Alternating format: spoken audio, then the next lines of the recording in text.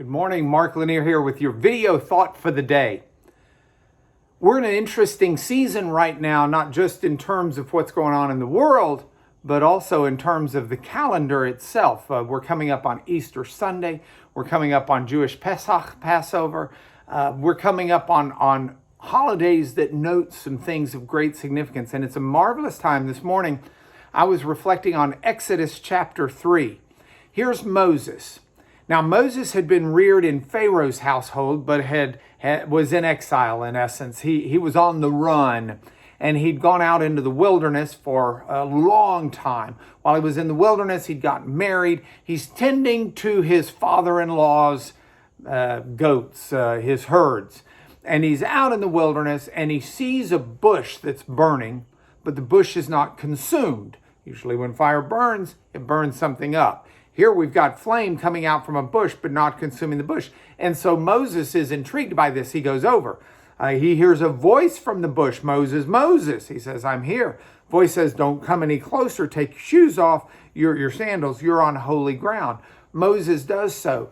God is speaking to Moses from the bush. And as God speaks to Moses, he tells Moses, I've heard the affliction of my people in Egypt. I want you to go down and I want you to bring them out.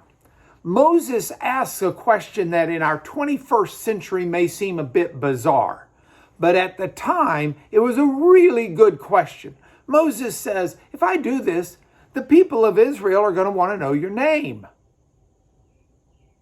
Now, we don't really think about the name of God in that sense, but name for us is just a label, by and large. Name at the time, the Hebrew word Shem, meant your CV, your curriculum vitae, your resume. It's who you were. It's what you'd done. It was your character. It was all of those things. And so for the Egyptians, and the Israelites lived in the midst of these Egyptians and had clearly absorbed much of their culture. For the Egyptians, the gods, and they had well over 1,000 gods, they all had their own names. So Geb is the god of the earth. Nut is the god of the sky.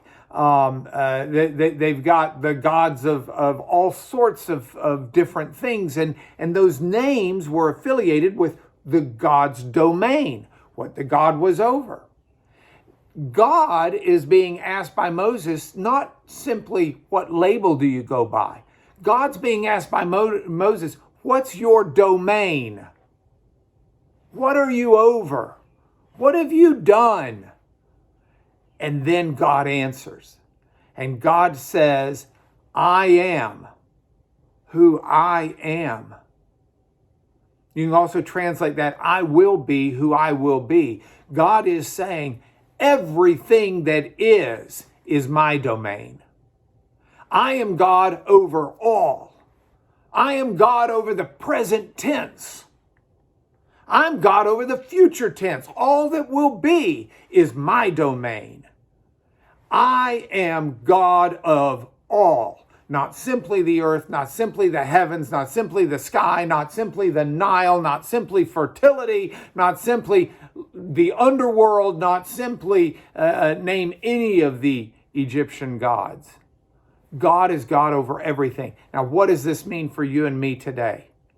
There's not one thing going on today that's outside of the aegis, the authority of God. There's not one thing going on today that God doesn't have firmly in his control. There's not one thing that will happen tomorrow that's outside the jurisdiction of God. God is the one who is God of all that's happening today and tomorrow. And with that thought, I can live today.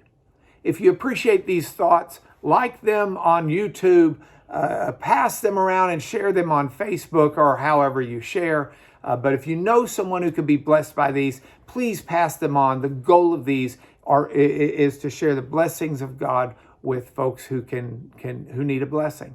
So with that, happy thought for the day. I'll see you tomorrow.